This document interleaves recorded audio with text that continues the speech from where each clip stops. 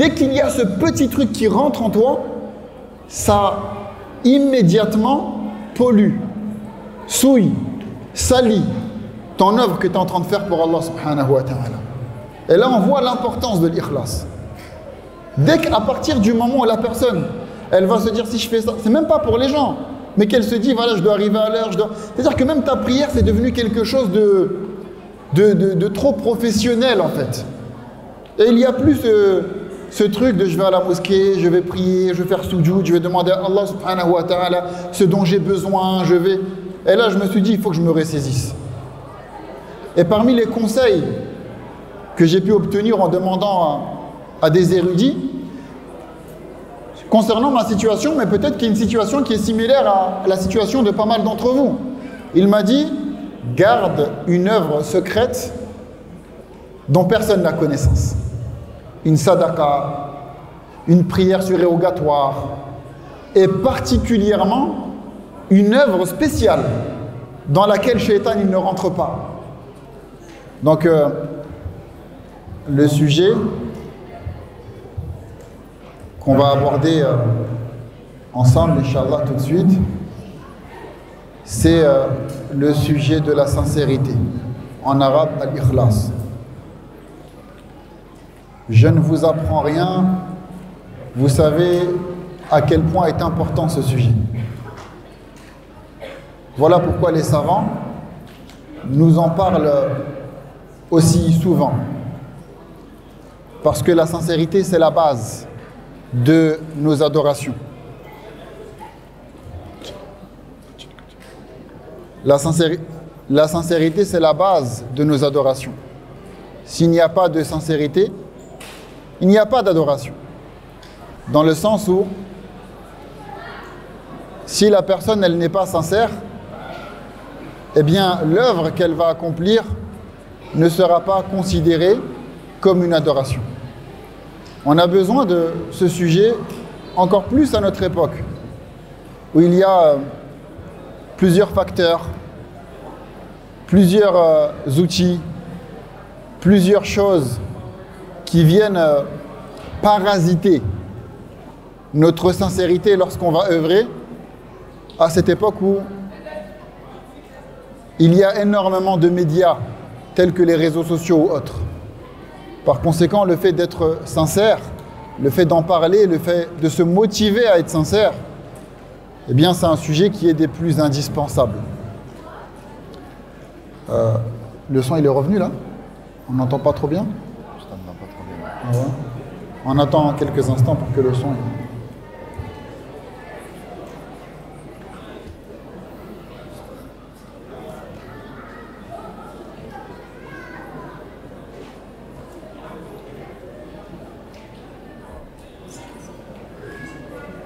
Le deuxième micro. Là, on n'entend pas, là? Comme ça?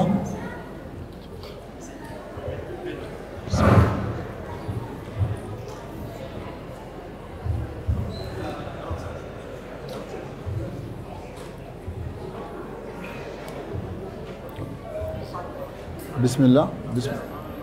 Ici? On m'entend. Bismillah. Bismillah. Bismillah. Bismillah. Il est allumé? Bismillah. Bismillah. Bismillah. Bismillah. Bismillah. C'est bon là? Vous me dites. C'est bon, vous m'entendez? On va continuer, Inch'Allah. Donc, on parlait de la sincérité. Les savants, al-ulama, ils ont donné une définition à la sincérité. Parce que pour qu'on puisse comprendre le sujet dont on parle maintenant, il faut déjà le définir. Les gens, peut-être qu'ils s'interrogent. Il est en train de nous parler de la sincérité, de son importance. Mais ça veut dire quoi la sincérité? Qu'est-ce que ça signifie le mot al-ikhlas, qu'on traduit en français par la sincérité? Les savants ont défini la sincérité, ils ont dit al-ikhlasu huwa qasdul insan fi jami'i ibadatihi at-taqarruba ila Allah. دون غرض آخر من طلب محمدة من الناس.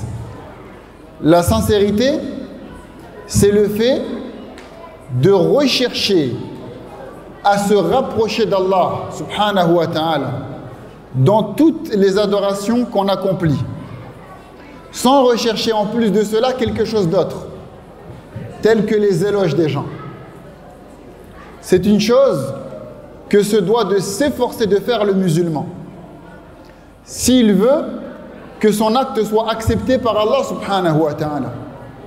Parce que la personne qui œuvre sans sincérité, cette personne-là, elle est en train d'accomplir des œuvres que l'on pourrait qualifier de mortes.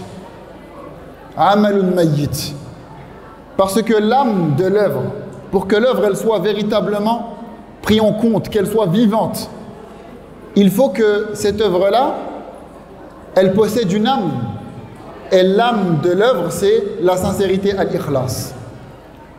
Par conséquent, le fait d'accomplir des œuvres sans sincérité, c'est comme si on accomplissait des œuvres mortes qui vont être ipso facto renvoyées à celui qui les a accomplies. Elles ne seront pas acceptées par Allah subhanahu wa ta'ala. C'est la raison pour laquelle l'imam Ibn Ata'illah As-Sakandari, il nous dit dans une de ses sagesses, il a un recueil où il regroupe pas mal de sagesses qu'on appelle Al-Hikam Al-Ata'iyya, les sagesses de l'imam Ibn Ata'illah. Et dans l'une de ses sagesses, il nous dit Al-a'malu suwarun qa'ima wa arwahuha wujudu sirri al-ikhlas fiha. Les œuvres sont comme des images dressées, dans le sens où ce sont juste des formes. La personne, elle bouge son corps pour faire la prière, elle se baisse, c'est des images dressées.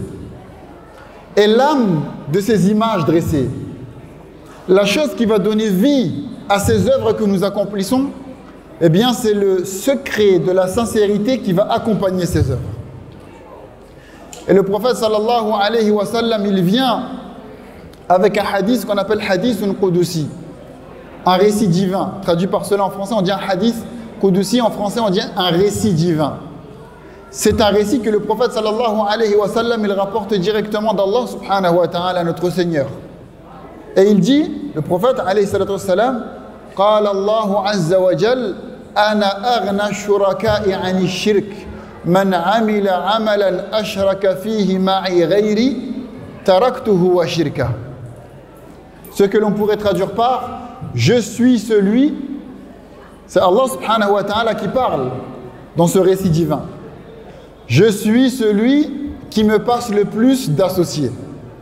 Celui qui accomplit une œuvre dans laquelle il m'associe, eh bien je le délaisse lui et son œuvre. Et le hadith, il est rapporté par Muslim. C'est-à-dire qu'Allah subhanahu wa ta'ala, il n'accepte pas l'œuvre de la personne qui n'est pas sincère, de la personne qui n'œuvre pas véritablement pour la satisfaction d'Allah azza wa jal. Elle a beau œuvrer, elle a beau faire la prière, elle a beau... Mais si elle fait toutes ses actions en recherchant la satisfaction des êtres humains, des créatures, eh bien Allah, le Créateur, n'acceptera pas ces actions. Il y a des gens à notre époque, avec le smartphone, subhanallah, c'est à se demander pourquoi ils font cela. Et lorsqu'on parle de ce sujet, c'est pour qu'on se remette en question. C'est pas pour qu'on pense à quelqu'un d'autre. Et des fois, on entend un rappel, on dit oui, je connais une personne, elle n'est pas sincère, ça se voit. Toi, on t'a pas demandé de te prononcer et de faire des procès d'intention sur un tel. Lorsqu'on entend un rappel, c'est pour nous-mêmes avant tout. Et on se doit de se poser la question, est-ce que moi je fais partie de cette catégorie de gens? Des gens, ils vont à la Mecque en Umrah, ils se filment pour tout. Et ils se l'envoient dans les réseaux sociaux. Ils vont faire une prière, ils vont se filmer. Ils vont faire le tawaf, ils vont se filmer. Même ils vont donner sadaqa, ils vont se filmer. Après, tout ce qu'ils font, ils sont quotidiennement avec leur téléphone en train de se filmer et d'envoyer ça dans les réseaux sociaux. N'y a-t-il pas d'œuvre que l'on voudrait garder pour nous, que l'on voudrait garder pour Allah subhanahu wa ta'ala? Voilà pourquoi on parle de la sincérité. Parce que nous sommes dans une époque où le danger de l'ostentation, du fait d'œuvrer pour autre qu'Allah, il est omniprésent.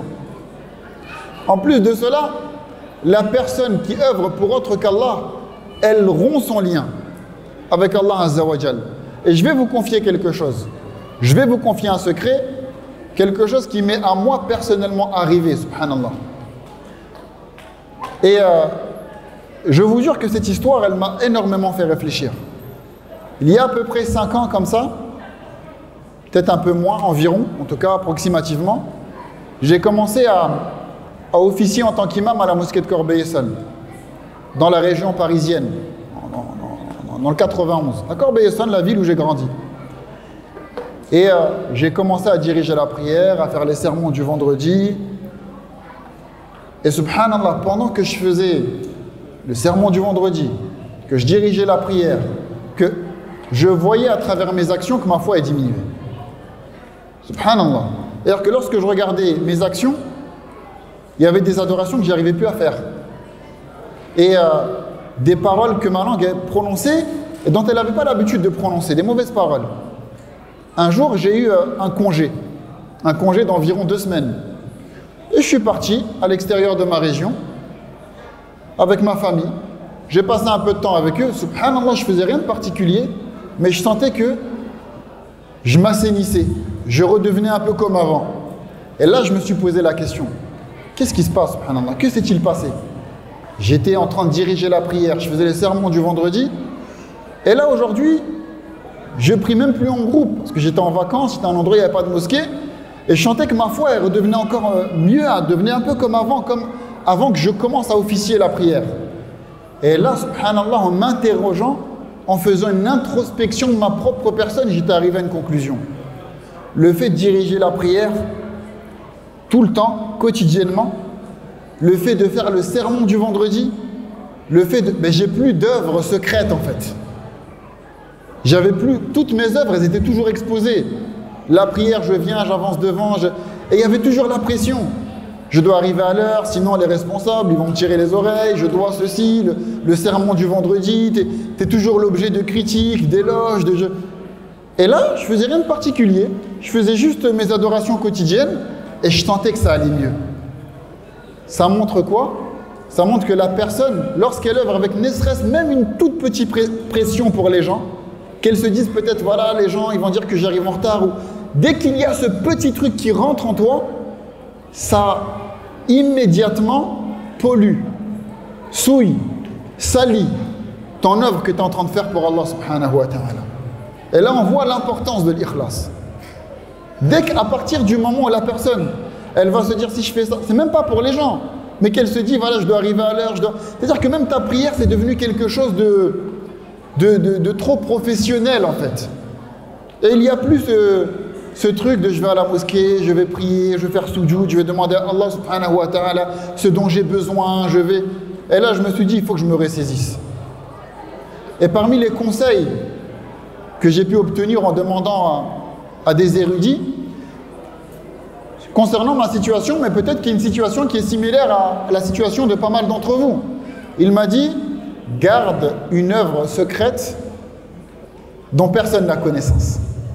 Une sadaqa, une prière surrogatoire, et particulièrement une œuvre spéciale dans laquelle Shaitan il ne rentre pas. Une œuvre que ne peut atteindre l'ostentation ar-riya. Vous savez c'est quoi cette œuvre? Le jeûne.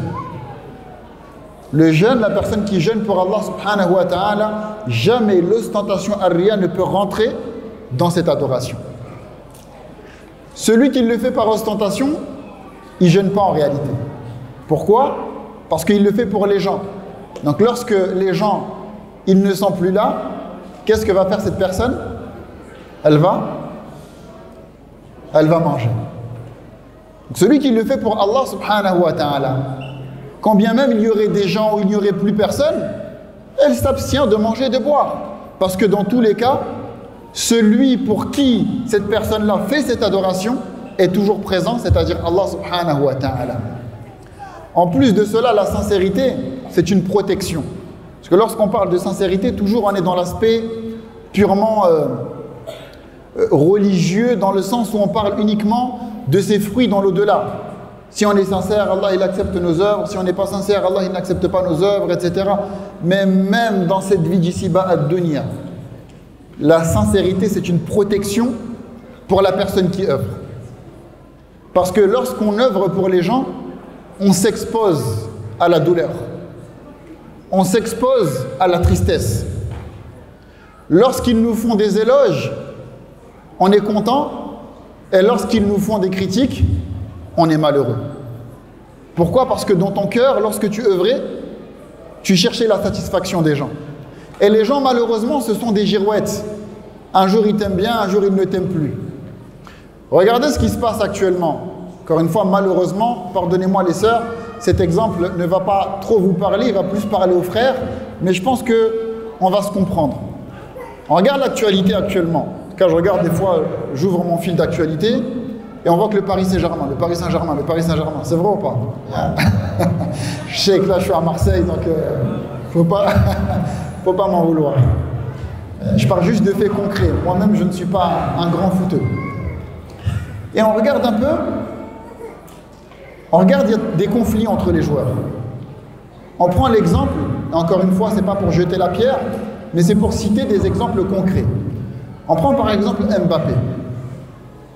Lorsqu'il avait gagné la Coupe du Monde, c'est devenu la personne qu'on applaudissait. Tout le monde disait bravo Mbappé. Il devait être fier de cela. Je crois qu'il avait 19 ans à ce moment-là. 19 ans, remporter une Coupe du Monde, tout le monde vraiment l'adulait. Il a fait l'Euro, il a loupé le penalty, c'est devenu le diable, le démon. Tout le monde était contre lui. Et ils avaient oublié immédiatement qu'il avait gagné la Coupe du Monde. C'est le gars qui avait loupé le penalty. Et les médias, ils se sont acharnés, ils ont parlé sur lui, ils l'ont insulté, Après, il a fait une bonne saison au Paris Saint-Germain.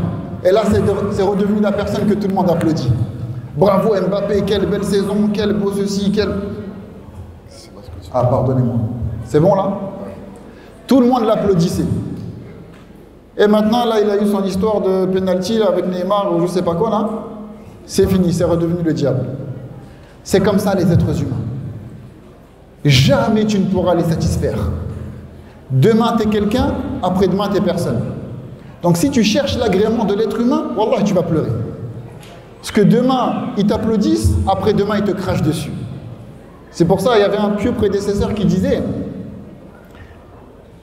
Ridwan nasi ghayatun la tudrak wa ridallahi ghayatun la tudrak fatruk ma la yudrak wa adrik ma la yutrak. L'agrément des gens, la satisfaction des gens, c'est un objectif que jamais tu ne pourras atteindre. C'est pas possible. Que tu sois une star du foot, une star de la musique, ou peu importe qui tu es, et même si tu fais une chose saine, que tu sois imam, prédicateur, tout ce que tu veux, jamais tu ne pourras obtenir l'agrément des gens, et combien même, à supposer que tu l'obtiennes, elle est éphémère. Aujourd'hui tu l'as, demain tu ne l'as plus. C'est dans ce sens-là où tu ne pourras jamais l'obtenir. L'agrément des gens est une chose que jamais tu ne pourras obtenir. Tandis que l'agrément d'Allah est un objectif que jamais tu ne dois délaisser. Et il continue et il dit Fatruk ma la yudrak wa adrik ma la tutrak. Délaisse ce que tu ne pourras jamais obtenir. Délaisse l'agrément des gens. Arrête de courir derrière cela. Et essaye de saisir ce que jamais tu ne dois délaisser, c'est-à-dire l'agrément d'Allah subhanahu wa ta'ala. Maintenant, il y a un baromètre. Et là, j'accélère un petit peu pour des soucis de temps. Il y a un baromètre. Une manière de savoir est-ce qu'on est sincère dans nos adorations ou pas. Et vous savez, c'est quoi ce baromètre? C'est de regarder est-ce que les paroles des gens, lorsqu'ils me critiquent ou lorsqu'ils me font des éloges, est-ce que cela m'atteint? Si cela t'atteint, c'est qu'il y a un problème dans ta sincérité. Le summum de la sincérité, lorsqu'on arrive vraiment à la sincérité parfaite, complète, c'est lorsque les paroles des gens qui te critiquent ou qui te font des éloges, ça ne te touche même pas. L'imam Dhunnoun al-Masri, rahimahullah, il disait min alamat al-ikhlas istiwa'u al-madhi wa al-dhammi min al-ammah. Parmi les signes qui montrent la sincérité, le fait que les éloges des gens ou leurs critiques, Pour toi, c'est la même chose. Tu es protégé. Tu n'es plus touché par la parole des gens qui parfois t'empêchent de dormir, qui parfois te polluent l'esprit. Pourquoi? Parce que tu n'œuvres uniquement pour Allah subhanahu wa ta'ala. Donc tu n'as que faire de ce que disent les gens sur toi. Il y avait un frère, il est venu me voir. Lorsque j'ai commencé à diriger un peu la prière, c'était un ancien. Là, les papas, ils ont des sagesses, mashallah. Ils ont du vécu, Et il m'a dit quelque chose, directement. Mashallah, il est venu m'a donné un conseil en or. Il m'a dit, prends garde. C'est mieux? Excusez-moi, on a changé au moins 3 fois de micro. Peut-être il y aura une 4e fois. Il m'a dit, prends garde à ce que les éloges des gens te touchent. Écoutez bien cette parole. Elle est tellement pleine de sagesse, subhanallah, que je n'ai pas de mots pour la décrire. Prends garde à ce que les éloges des gens ne te touchent pas. Car si tu es sensible à la louange, si tu es sensible aux éloges, tu seras sensible à la critique. Si les éloges te font sourire, eh bien la critique te fera pleurer. Et nulle personne n'est mise en avant sans qu'elle ne subisse des critiques. Lorsqu'elles vont arriver, tu vas être détruit. Donc prends garde à ne pas te sentir flatté lorsque les gens ils vont faire tes éloges. Et wallah, l'ikhlas, c'est quelque chose de très difficile. Pourquoi c'est difficile? Parce que c'est un travail sur du long terme. Tu ne peux pas dire aujourd'hui c'est bon, je pense que ça va, j'ai l'ikhlas. Demain, tu ne sais pas ce qu'il en sera. Et après-demain, et le jour d'après, jusqu'à ta mort. C'est un travail qui dure jusqu'à ce qu'on quitte cette vie d'ici-bas. Et il est tellement difficile qu'il est demandé aux musulmans de demander à Allah subhanahu wa ta'ala 17 fois par jour de lui venir en aide pour avoir cette sincérité dans nos adorations. Voilà pourquoi on dit lorsqu'on prie Iyyaka na'budu wa iyyaka nasta'in. Oh Allah, c'est à toi que nous demandons, ya Allah, c'est toi que nous adorons et c'est à toi que nous demandons de l'aide. C'est toi seul que nous adorons et on te demande de l'aide pour que tu nous aides justement à t'adorer comme il se doit. Que tu nous aides à t'adorer avec sincérité. Que tu nous aides à t'adorer comme tu veux que l'on t'adore. Que tu nous aides à t'adorer avec constance. Regardez Allah subhanahu wa ta'ala ce qu'il nous demande dans la prière. D'invoquer Allah à nous aider à l'adorer après avoir prononcé le fait avec nos langues que nous n'adorons que lui. Parce que le fait d'adorer Allah subhanahu wa ta'ala seul, sans associer comme lui le veut, avec sincérité, wallah, il faut l'aide d'Allah. La personne ne peut pas réussir toute seule. Il faut qu'Allah subhanahu wa ta'ala il te vienne en aide. Voilà pourquoi on lui demande à chaque fois 17 fois par jour. Minimum. Là, je ne parle pas des personnes qui font les prières surérogatoires. Ne serait-ce les prières obligatoires, il y a 17 raka'at en tout. 2 le matin, 4 à midi, ça fait combien? 7 plus 4 l'après-midi, 6. 6 plus 4. Qu'est-ce qu'il raconte? Il m'a perdu, miskin, tu vois. Ça fait 10. Oui, c'est ça. Ah, machallah, je crois que tu me faisais une blague encore là. Plus le maghrib, il y en a 3. 13. Plus le isha, il y en a combien? 4, ça fait 17. 17 fois par jour, on demande à Allah de nous aider à l'adorer lui seul sans associer parce que c'est pas facile. Et la personne qui adore Allah subhanahu wa ta'ala comme il se doit, avec la sincérité, elle protège son cœur. Elle protège son cœur de toutes les maladies du cœur avec lesquelles Shaitan vient pour éloigner le serviteur d'Allah subhanahu wa ta'ala. Comme par exemple la jalousie. La personne qui est sincère, elle n'est pas touchée par la jalousie. Parce que la jalousie, c'est quoi? Lui, il a fait mieux que moi, les gens ils vont dire. C'est tout. Donc je veux que cette personne-là, elle est moins que moi et que le bienfait qu'elle possède, il disparaisse. Comme ça, je suis mieux que cette personne auprès des gens. C'est ça la jalousie. La personne qui est sincère, elle est connectée à Allah subhanahu wa ta'ala. Elle ne cherche pas ce genre de choses. Elle est préservée de l'orgueil. Elle ne recherche pas à être élevée sur terre. Ce qu'elle recherche, c'est qu'Allah subhanahu wa ta'ala soit satisfait de lui. Tilka ad-darul akhirah naj'aluha lilladhina la yuriduna 'uluwan fil ardi wala fasada. Voici la demeure dernière, le paradis, qu'Allah subhanahu wa ta'ala a fait pour celui qui ne recherche pas sur terre à être élevé, ni à y semer la corruption. Wala aqibatu lil muttaqin, et la bonne fin est aux gens pieux. Voilà ce qu'Allah subhanahu wa ta'ala il nous dit concernant le paradis et concernant les gens sincères. Cette personne-là, elle est tellement protégée à cause de sa sincérité que même Shaitan ne peut l'atteindre. Allah subhanahu wa ta'ala, il nous raconte une conversation qu'il a eue avec Iblis dans le Coran.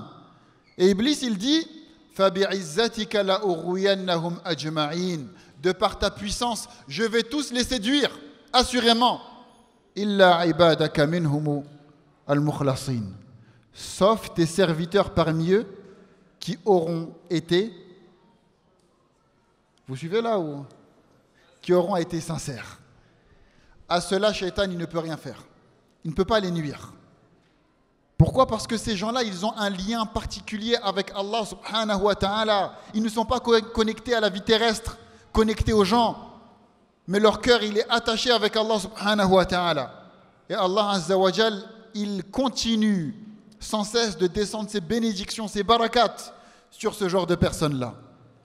Et wallah, l'ikhlas, la sincérité, c'est un objectif derrière lequel on doit tous courir. Parce que c'est un secret d'Allah subhanahu wa ta'ala.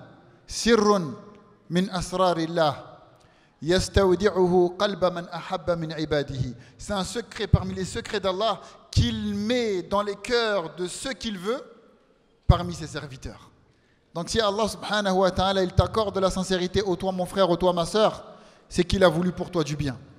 C'est qu'il a voulu que tes œuvres soient comptabilisées et acceptées par lui. C'est qu'il a voulu que tu aies ce lien particulier avec lui. C'est qu'il a voulu que tu sois protégé des critiques des gens qui sont susceptibles de toucher ton cœur et de t'attrister.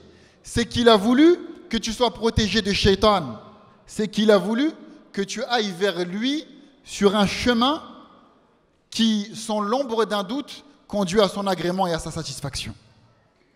Voilà pour ces quelques mots sur la sincérité. Nas'alullah subhanahu wa ta'ala an yaj'alana min al-mukhlasin.